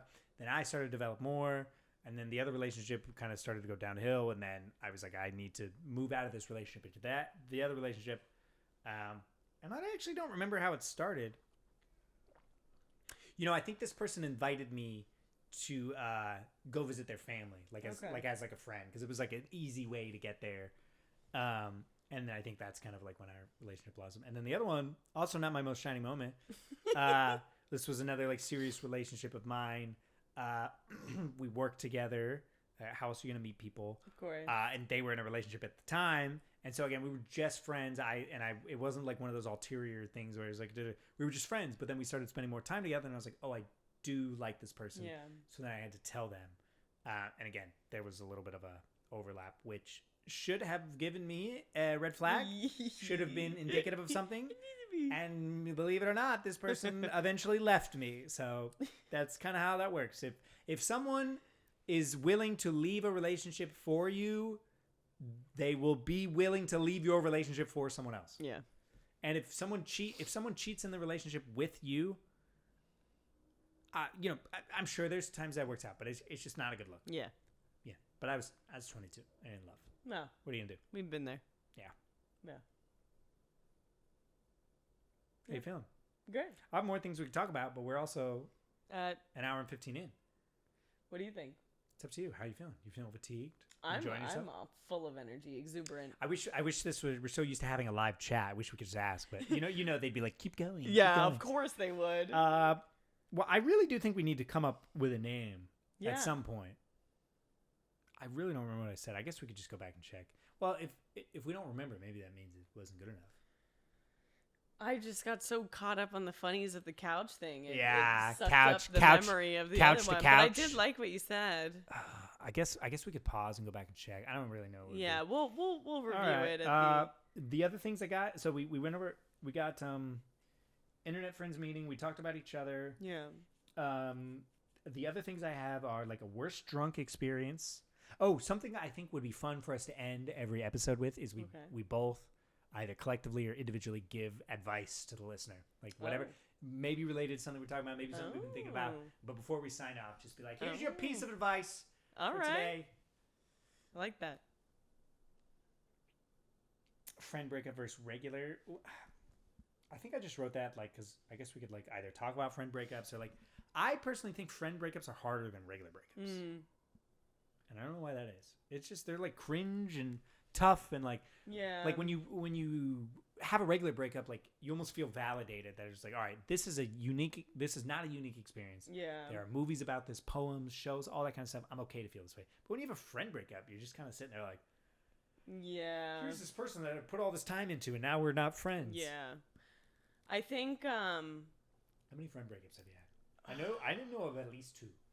Yeah, I would say 2 major ones. Yeah. But over the course of the years, one of which I think touched on the whole thing we were just talking about in terms of like heavily one person viewing the relationship differently than another person. Yeah. So I would say, because I feel like relationship breakups can be more challenging in the sense of like the literal things, like if you're living together, like all those little things can be more annoying to deal with, like getting the stuff and all that just draws it out. But as far as like emotionally, which one's harder, I would 100% say friend breakups, because I feel like, well, at least for women with relationship breakups, it's over like a lot of times Before the women, actual have breakup, yeah. broken up What's in up their with head. that? How do you continue in a relationship? Not you, but in general. Right. No, I know a 'Cause lot for of me, when the women do it. I decision is made, definitely it's do. made. Yeah. I think women in general, we deny our own intuition for a long time because we rationalize why we want to make the relationship work. So even if we know it's not right, we'll keep telling ourselves, well, maybe we can wait maybe we can do it. And men don't do Yeah. that. Like usually. Sometimes I feel like I'm more on the feminine side for a lot of things. Yeah. Like, you know me, in my relationship, what we were joking the other day, it's like I essentially get into like lesbian relationships. Like I go hard and fast and it gets really intense and I'm like, let's move in together. And it's like kind of what you were saying with that too. Like the relationship will be over and I'm just like, no, man, you just got to keep going. You just keep your head down, keep going, man. Just keep working on it. Yeah. Yeah, but I will say I have mourned friendship breakups before, but I have never mourned a relationship breakup. Okay, all for right. me, when it's because for me, when I always when dump. I don't am- get dumped. Have you been dumped? Okay, I so knew it. I fucking knew it. She's never been fucking dumped. That's technically not true, but on a technicality, okay, bro. the You've never been person- sobbing, being like, why don't they want to fucking be with me? No. Feeling like Well, a goddamn loser because all you want to do is make them happy, and what makes them happy okay, is leaving. so this particular relationship, they did dump me, but then we got back together, and then I dumped them. Did you just ultimately not just to dump them? No, that's you not knew it. why. You no, knew no, you no, had no, to set the no. record straight. No, We got that's so her. not why. We got her. I'm always the dumpster. Yeah, I never. There's people that like live by that though. I feel like that was like either No. a Seinfeld thing or something. Like Yeah, I know what you mean. I'm not gonna give them the feet. I'm worried that this has just been too much crotch. Yeah, this whole time. Guys, be honest. Have you been looking at my crotch, or are you looking at it now that I said something? Yes, you have. I looked this. I mean, Now they're looking at it. If they weren't before, as long now. as it looked impressive. What if I'm down here? That doesn't help. Yeah, putting it right where. All right, let's just.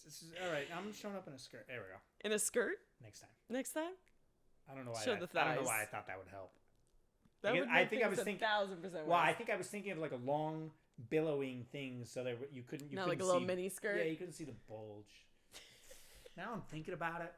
All right. You should just wear a kilt next time. Yeah, that's kind of what I thought That's would be definitely good. Yeah. would Just be really suiting. embrace my roots. Yeah. I've had friend breakups. Yeah. I really have only had like one true like friend breakup, and it really fucked me up. Yeah. It was like my best friend, and to this day, I don't understand. Do you think I can just tell the story and like not saying his name? Have I told you this before? About this friend of mine, I and don't then know. Maybe. so I had this friend when I was younger, and we were like best friends. You know what? I'm just gonna fucking tell the story. I'm gonna leave names out, and if you're listening to this, brother, I don't know why you are, but I do genuinely hope you're well. I do feel like there was a weird fucking thing, and like whatever, but it is what it is. So I had this buddy, and this was during my college period, and we met like pretty early on. And like when I moved away to school, I moved up to San Francisco. I'm from San Diego, and for those of you you're like, oh, it's in the same state, whatever. It's It's a whole different thing. It's like a 10-hour drive. Yeah. It's like, I mean, you know, whatever. So I didn't know anyone there. Like it was the only school I got into. Talk about that another time. It doesn't matter. And so I made this friend, and college, especially the first like 2 or so years, like was for a lot of people, I think, like a transitional time. Yeah. And I personally was really struggling with like, one of the things I was struggling with was like what to major. And I didn't know if I wanted to study acting or studying business. And like my whole journey into becoming an actor is like a whole fucking thing. And for most of my life, I was like, I'm not that guy. Yeah. And then finally I like entered I am that guy. Yeah, I entered the workforce. Basically what it was is like, I decided to get a business degree. I entered the workforce and I was like, I'm going to do this for the next fucking 50 years. Nope. No, I don't think so. Anyways, this was a buddy of mine. A lot of late night conversations. You're both 18, 19, whatever. Yeah. So pretty early on, I get into a relationship. This is the one that I mentioned that was before the longer term college relationship. Whatever. Very, very great person. I hope they're doing so well. I was just at Medieval Times in Vegas. This is how I know I have ADHD. And I was like, I thought I saw them. I love Medieval Times. Oh, it's so good. It's so fun. The food is Anytime you want to go to Vegas, have I tell you this? My parents are like the kings and queens of Vegas. Really? Because my grandpa lives out there, so they've been going there for like 30 years. Really? And they are gamblers, and they do all like the point stuff, so they just get like shit thrown at them. So anytime we go there, I just tell my mom like, oh, this might be cool. Next thing you know, we have tickets. and like always free rooms. Oh, Like they I'm were just there. going in October to see Adele. Oh, okay. Yeah, Well, but we should do a little Vegas trip, yeah, and they'll fucking throw sweet at I'm us. down. All right, sounds good. Great. Uh, I'll get to meet your mother. oh, finally. Yeah. I meant to, I was like, next time she comes up, like we'll just have to get lunch or something. Great. But anyway, so I'm in this relationship. I got this buddy. We're working in like theater stuff together. We're now sophomores. We're both like directors. There's like a theater program where you can like be directors and you direct other students, whatever. It's a very like time intensive thing, obviously, blah, blah, blah, blah, blah. Hadn't heard from him in a while. And I had introduced him and my girlfriend like a year ago. We're all friends. So they were out like thrifting. And so I was like texting her. I was back at my place. And I was like, oh, tell him I miss him. We'll call him Steve. Tell Steve I miss him. And so my partner told him that. And then my partner texted me back to me like, hey, Steve is asking if he can like come over right now. And I was like, yeah, all right. And it was like maybe late afternoon. So Steve comes over and we've been friends now for 2 or so years. But my best friend sits me down and goes on to explain to me how he can't be friends with me anymore. And then goes on to say stuff like, I ask him why. I'm like, all right, no worries, man. Like, we don't have to be friends, but like, why? Goes on this whole narrative. He's like, I just feel like you have repressed anger issues. What? And you bully everyone in your life. And I was taken aback because like I'm a pretty friendly guy, like and I'm pretty anti-bullying. Like that's one of my biggest pet peeves is like anyone like that. Like I got the chip on my shoulder of like if I see someone exploiting me or anyone, like that's like one of them. Yeah. Anyways, and so but this is your best friend, so I was trying to be as receptive as possible because I was like if I'm conducting myself that way, like I want to be the first person to fix that. Like I want to accept responsibility and I want to change that. I don't want the people around me feeling like that. So I was really trying to understand, and I was politely pressing him, like, can you give me examples? Like, I just need to understand. Couldn't give me one. Couldn't even give me one. The closest thing he did is he's like, well, I feel like you like go like this a lot. And I was like, oh yeah, man. I was like, I crack my knuckles. Like I definitely like I have anxiety. I bite my nails and I crack my knuckles. Like that's where my like stress comes out. Weird conversation. My partner was there at the time.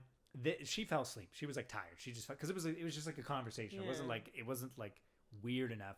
But I think because my partner was there, I felt like a little like kind of like attacked, even though they weren't like jumping in. But like because I wasn't being defended, I was just kind of like, which ultimately the relationship had to end. I think because we just had different perceptions of how to support your partner, which is totally okay. Yeah, I'm kind of the person where like if my partner is being like attacked or belittled or like I'm stepping in like right away.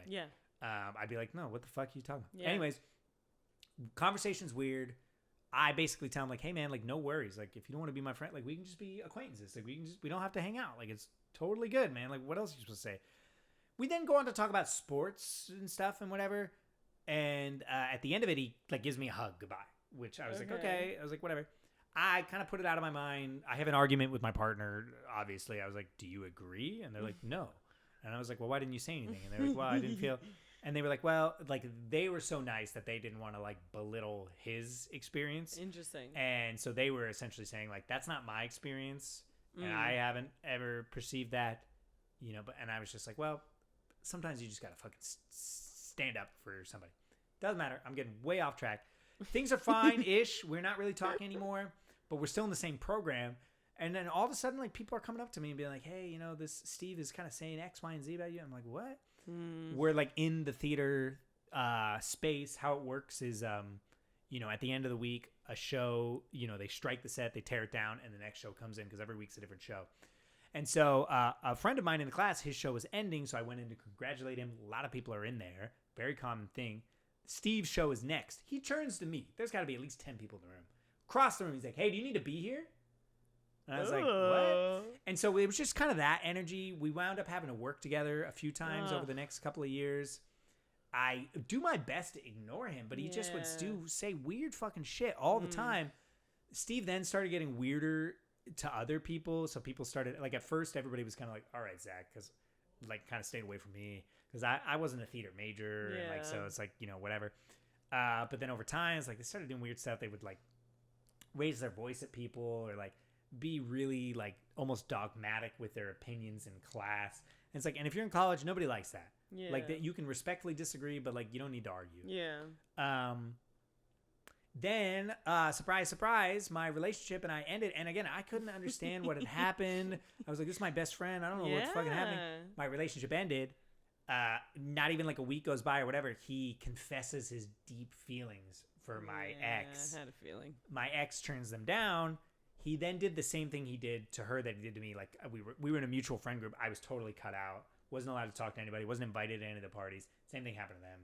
This person as well, Steve, one time, and this should have been like a red flag.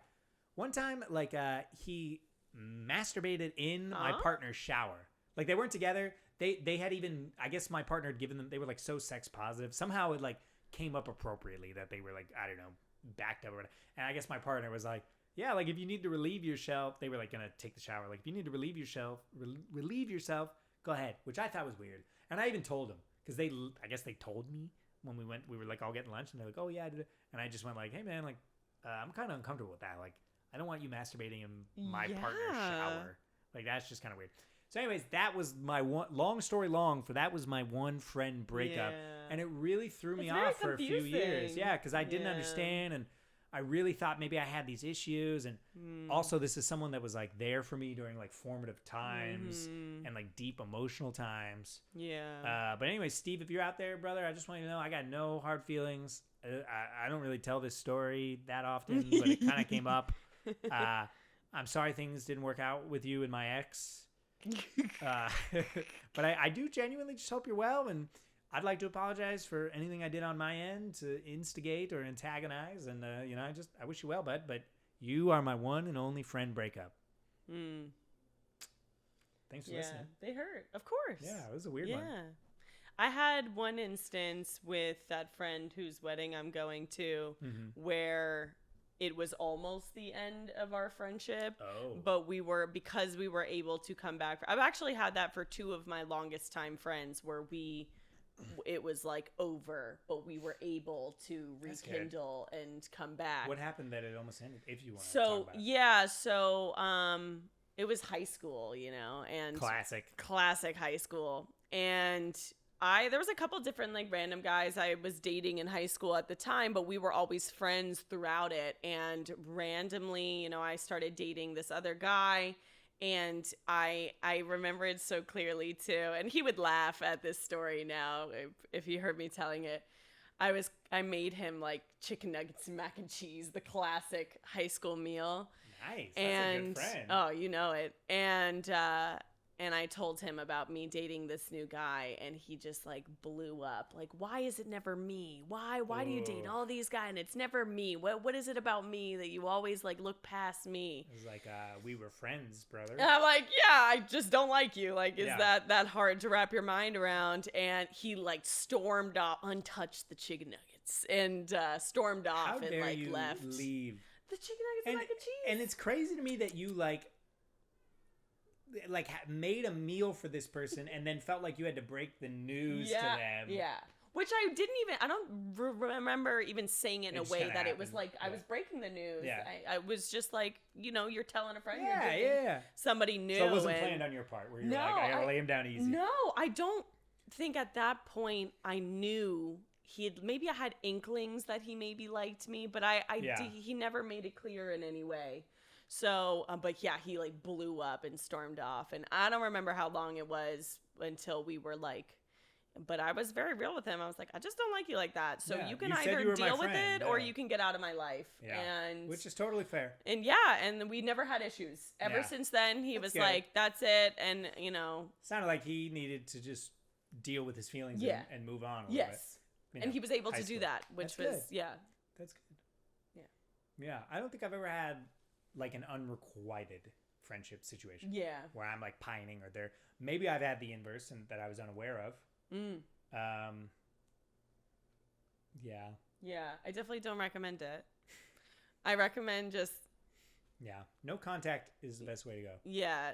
Just friendship clarify. Yep. If you can hash it out and be better for it, that's great. And if you can't. Yeah. Yeah. I don't know what it is about guys that, continue to pursue a friendship under false pretenses and think things will magically work out. And it's like, sure, there are definitely instances where people are friends and it develops into more. But it's not going to do that if you're hoping it's doing that and they are just wanting to be friends. Like, it's just got to happen organically. So if you've got a friend and they have no idea and you've got feelings, in my opinion, you have no other option but to tell them. Yeah. And it's like, I guess one of three things are going to happen. One, they're going to return the feelings. Two, they're not, and you're going to stop being friends. Yeah. Or three, they're not, and you're going to have to get over it. Yeah. I've noticed there's a lot of like misinterpretation around that too when it comes to like a woman who has had negative dating experiences, but she's always had that guy friend. And in his head, he's thinking, why do you keep dating these jerks, but you won't date me? And it's like, just because I am dating jerks doesn't mean that like I like you, totally. you know, and it has nothing to do with the nice guy, the stereotypical like so if you say you're a nice guy, you're not a nice guy. It's bad, man. You don't want to do that. Yeah, has nothing to do with like dating bad boys or dating guys that don't treat you right, and not dating the guy that's always been there and always looked after you. Like, doesn't like you. Like, I promise you, girls want you to be a nice person, but the first step is they have to be interested in you. Yeah. So it's like, it's not that they date bad guys. It's not that they date people that are shit. The first step is they're into them. Then it turns out they're a fucking bad person. Yes. It's not you're a bad person, then they're into you. Yeah. And it's just not a good look, guys. Yeah. You gotta let it go. I know it sucks, but you gotta talk to them about it. You really, really do. Because think of it this way. Would you want your friend to be like lying to you or like hoping that something else is happening? Yeah. And you never know. Shoot your shot. Or if you know that it would end poorly, then you have your answer. But I guess the last thing I'll say is like if you're someone out there and like you have these type of friendships, like set some boundaries. Like there have definitely been people that I'm interested in and like maybe they don't feel that way. And you need to set boundaries for yourself, being like, okay, well, I am not going to talk to them when it's, you know, late at night or whatever, you know, because I know that I'm going to be feeling certain things or like I'm going to start adding in space, you know, or whatever. Like set boundaries, guys. If you feel yourself developing these feelings, set boundaries. Yeah. I guess I have had one situation where I was like into them. Oh yeah? And they were not. How'd that work out? Not well. Basically, it was like somebody that like we met, and I was like, from the get-go, I was like, wow, this person is like stunning and smart and super cool. And then the more we got to know each other, I was like, wow, I think I'm like starting to like develop these feelings for this person.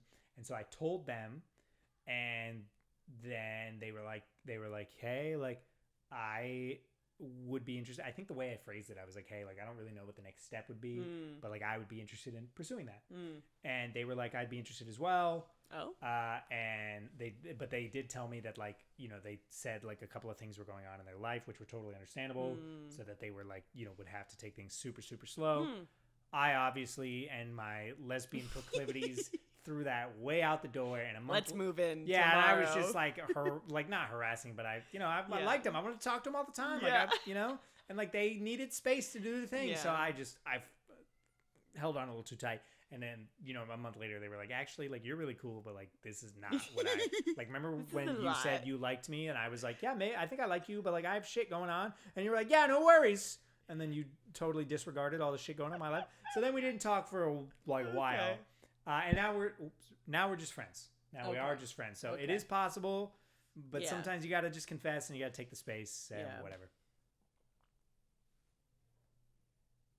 Worst drunk experience? Or you know, I wrote down dating and booze because I feel that same way.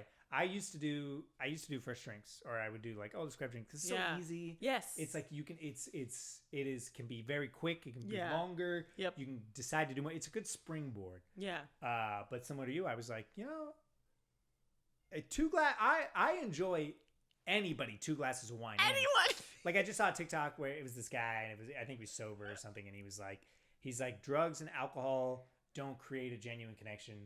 They make it tolerable when there is no connection. Yes. And I was like, true. Maybe I gotta take booze out of here. Yeah.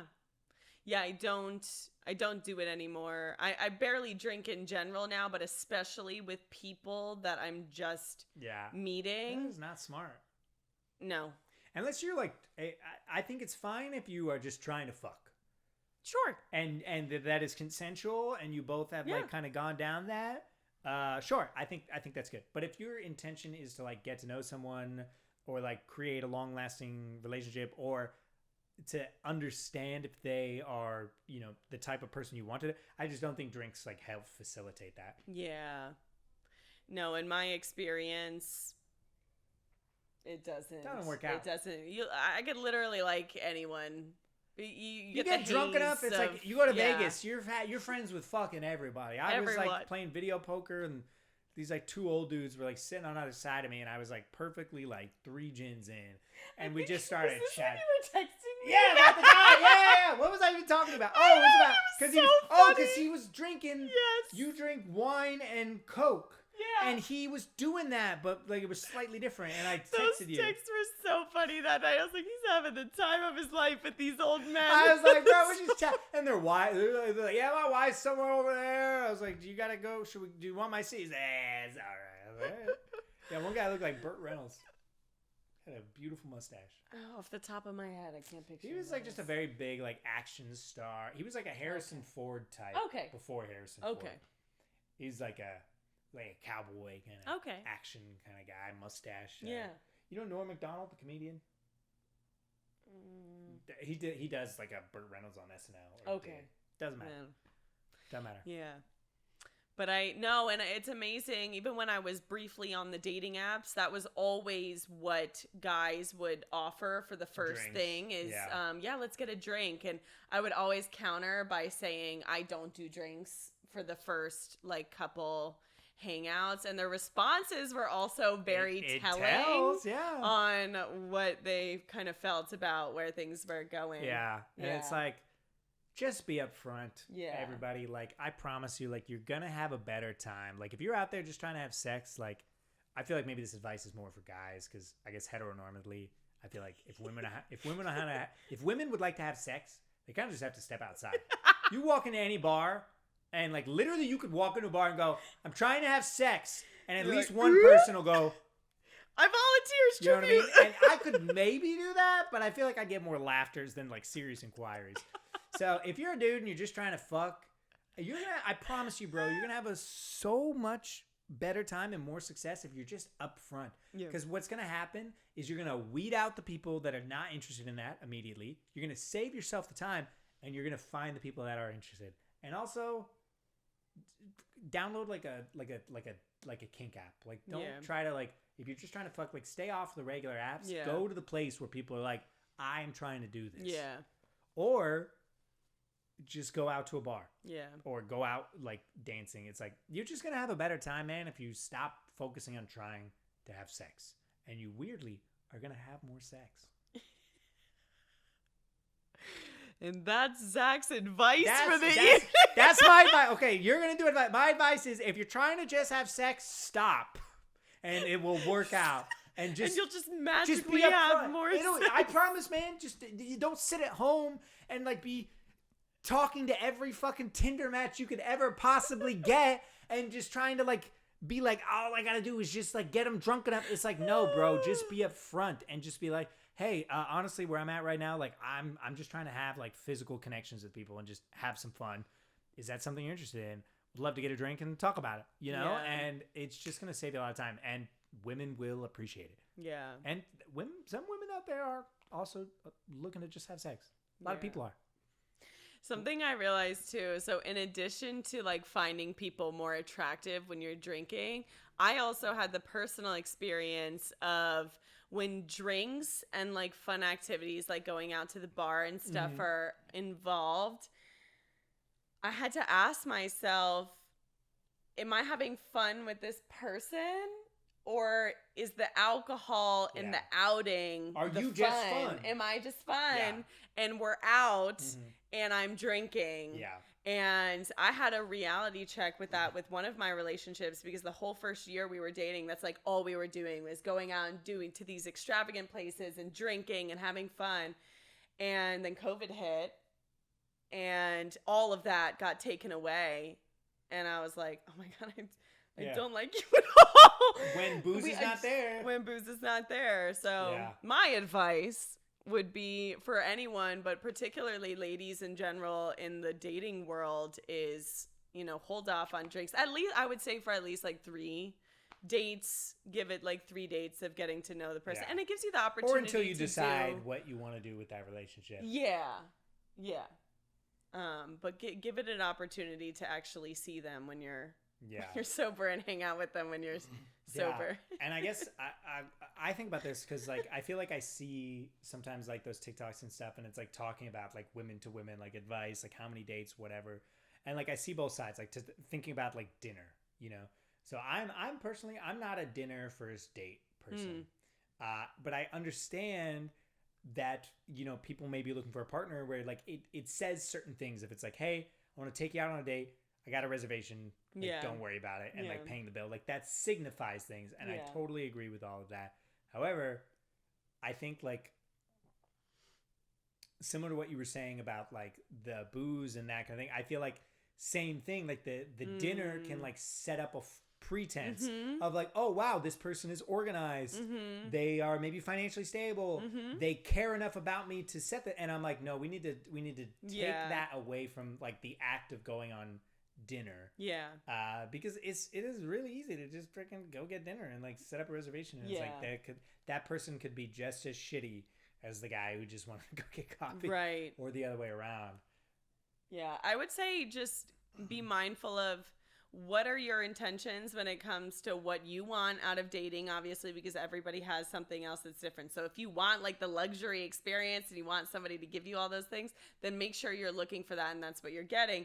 But if you're really just trying to be with somebody that you really connect with too, I think for me, like it can be a lot more too about doing fun activities together, and that way you're actually getting to know the person and seeing them in different kinds of environments too. And I want to see something I looked at. So like I think a lot of guys don't recognize their value, honestly. I think a lot of women do, and I think with the way we set up society is that like, oh, you have value, so he should be doing X, Y, and Z, sprinkle, that whole thing. But things really changed for me and in my dating life when I realized that like, oh, I have value, and like I shouldn't just be throwing it away, because like for me I would just say yes to everything, like whether it was like friends or dates or whatever, because for me I just didn't value my time. I was like, yeah, like worst case scenario I won't have a good time and like it's just a couple hours, or it'd be like I'm a people pleaser, so, and this is kind of sad, but like there are often times I would engage in like a sexual activity with someone not because I wanted to, but because I thought it was expected of me, or I thought like that's what was next, or I thought that's what they wanted, or they came all this way, you know what I mean? And like I know a lot of people like can connect with that, but things got better for me when I realized like, no, I have value, my time has value, and like my intimacy has value, and I shouldn't just give that away. And I think a lot of men no one ever tells you that, like, hey man, like sure, like yeah, like go do whatever you want, go do whatever you want, but like I think you're gonna have more fulfilling relationships and sex when you realize that like, no, like what you're giving is important and has value as well. 100%. But also, dude, maybe it doesn't. Maybe you need to like think about maybe who you need are. to add some value. Yeah, if your whole stroke game is just like a couple and like what, like foreplay, brother, like you need to increase your value. Like the advice I gave you, like make sure that you actually have value, because nobody likes someone who's just walking around and is like, I got nothing going for me, but you owe me everything. It's like, what? That's what we would call the Dusties. The Dusties. Yeah. There's a lot of people out there that like their whole goal is to just like find a partner who can like support them. Yes. And there's nothing wrong with that, but it's so alien to me, because I like would want to do that myself. Yeah. But I guess maybe that's like me being locked in my own gender role. But we really don't judge people if they're like, yeah, so like I'm just trying to like marry somebody rich and then I'm good. Maybe we need to bring that back. Men, we need to start doing that. You don't need education or training or goals or ambition. Just find yourself an older woman with lots of money, and all you got to do is make babies for them. Stay at home. Would you ever want to be a stay-at-home wife? A trophy wife? It depends. Not like I have too many career things I want to do for myself. Yeah. But in that same breath, like I also want to be Not have bills. I also want to be, because in the relationships that I tend to be into, like I want to be with a man that wants to take care of me in the sense, and it's just so like just to provide for me, just because that's like he loves me so much, he just wants my life to be as easy as possible. You know what I mean? Yeah, totally. But also like I am very serious you about. don't dream of like homesteading and like white picket fences and like. Not necessarily having in the Josh very and a Sally. stereotypical sense, no. Like just be at home all day with the kids. Yeah. Things like that. I dream. just love my Yeah, I've always wanted stay-at-home daddy. Yeah, before my like dream of an actor, like my dream was like to have a family, like be a father. And like I want to like in my mind, my work always supported like being with them to its fullest. Like I want to I like to cook, so like I want to cook dinner for my family. I want to take them to school. I want to pick them up. Like I just want to be there. Yeah. So like if I had a partner that was just like, bro, we're covered. Like you just stay home. I'd be like, perfect. Yeah. But in my mind, I'm like just working from home. Yeah. I think for me, it would be like I want the option to be able to do both, which a lot of women don't have the option. They're working full time in their careers and they're doing all the at home everything, running themselves dry. I want to be able to like have this thriving career, but if I want to take 6 months off to just be home 24/7, I could do that and not have to worry. We want everything. And you're going to give it to us by listening to this. And eventually Sony will give us enough money that we'll retire forever. But we won't leave you. Invest now. I feel like I make everything in my life like I always somehow set myself up narratively that I'm an investment that people need to get on board now. Like I'm always like it's a limited. You kind of are. Thanks. The way you think about it. I mean, we are our businesses. That's true. Everything that we do, we are the business. I even do it in World of Warcraft though. I'll be like, guys, give me the items now. Invest in me now, and later you'll reap the rewards. And have they? Sometimes they do, yeah. Oh, okay. Yeah. Well, as long as they're getting so their we're an investment, guys. Yes, we are. And all you got to do is give us your ears and your heart and your lungs and your kidneys. Yes. This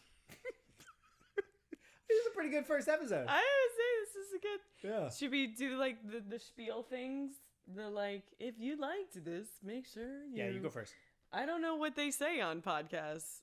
What do you do? Give it a review on Spotify. Oh yeah, if you like this, a like and a comment on YouTube. This is gonna be on Spotify and Apple and YouTube. Great, write all the reviews. So give us.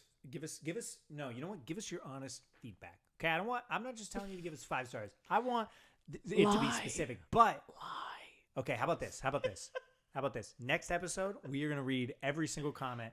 On Spotify, Apple, and YouTube. And if we have any TikToks, we'll maybe. But the other ones, we're definitely going to read them. So write something that you want read. Yeah.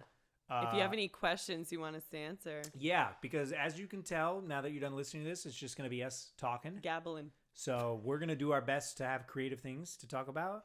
Yeah. But you guys also need to do your best. You're a part of this. We're not your regular influencers that do all the work and you just do it. You have to consume our content and help us create it.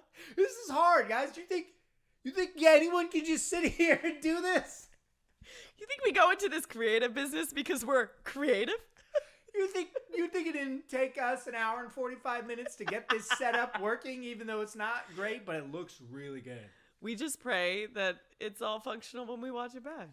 Yeah. Yeah. Well, next time we can try to mine, see if we like that. Yeah. Although I really like this setup though. Oh, I'm glad you like it. Because mine will just be the wall behind us. You know. Interesting. We don't have any. No clappers. No. We need some clappers though. And books. I think we got through all of mine actually. But we did. We'll save worst drunk experience for the next one. That seems suiting for. And also hot takes. Okay. Because I don't have any hot takes top of mind. Do you? At the top of my head. It's like it's one of those things where it's like you know you have them, but you just like you really have to think about it. I'm not good at top of the head things. Well, is that the I guess episode? I guess I'll do. Oh, just in case people aren't familiar with either of us, where can people find you? Yeah, Dorothy Mannine on everything: TikTok, Spell Instagram, YouTube. Yeah, the easiest way for me to tell you how to spell it is just Dorothy, DOROTHY, and then my last name is Man and Nine put together, MANNINE. I like that. Yeah, right on. And what do you do? Yeah, I make a lot of acting skits content, inspirational word content, stupid improv stuff. And yeah, also we're both, well, should I say you're on Twitch? Are you doing this? Yeah, I'm still there.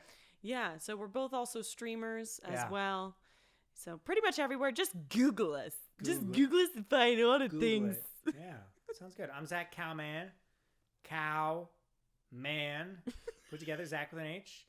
Same kind of thing. Actor, content creator, stupid improv, stupid life, silly, silly boy. A lot of big feelings. That was the most Nick Miller thing that has ever come Why out. do people always say it? I think it's because I'm have white. Nick Miller. You You 100% have Nick Miller. Yeah, I think it's because I'm white in that category and comedically depressed. Well. Yeah. But it's people. I like to think that I'm. People are like, "Oh, the wish Nick Miller," and I'm like, "No, I'm Target Nick Miller. I'm claiming that. I'm not even Walmart Nick Miller. I'm Target. Like, I'm not exactly the thing you wanted, but I'm still nice." That's a very Nick Miller thing to say. So I'm still nice. I'm nice. All right. Well, thanks for listening. Let us know if you like this. If people like this, I think, maybe we'll do it more. Yeah. I'm down. That'd be fun. Yeah, I think so. Okay. We still got no name. So, obviously we have a name now. It. It. You'll see the name. It's going to be a good one. Tell us it's great. Yeah, don't lie. Do we need like a theme song or an outro song? Should we sing? We should come up with something, I think. Okay.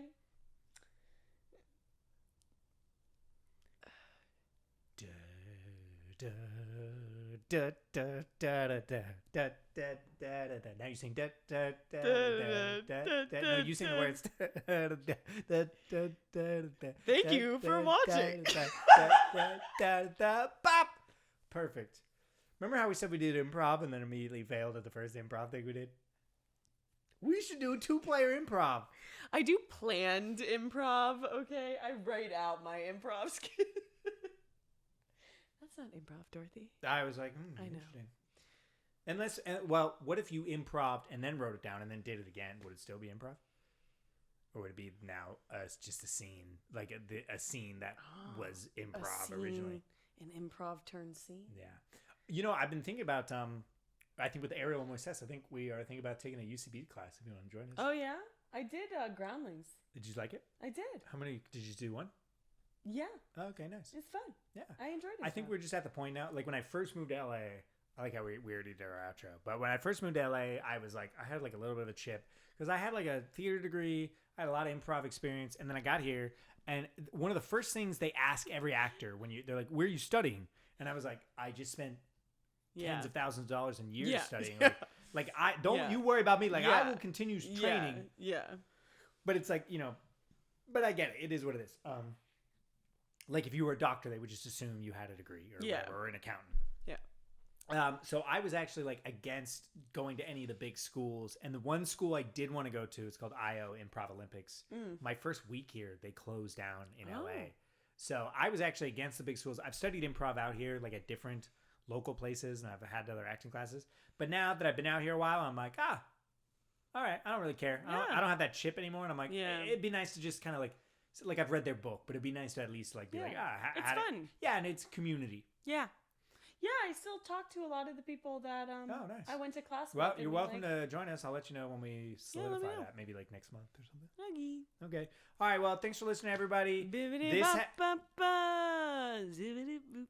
We are two friends on a couch, and we talk Not about on things. the couch. Not on that kind of couch. We're jibber jabbing. This is a nice couch. There's probably no stains on this one. Americans. Bye-bye.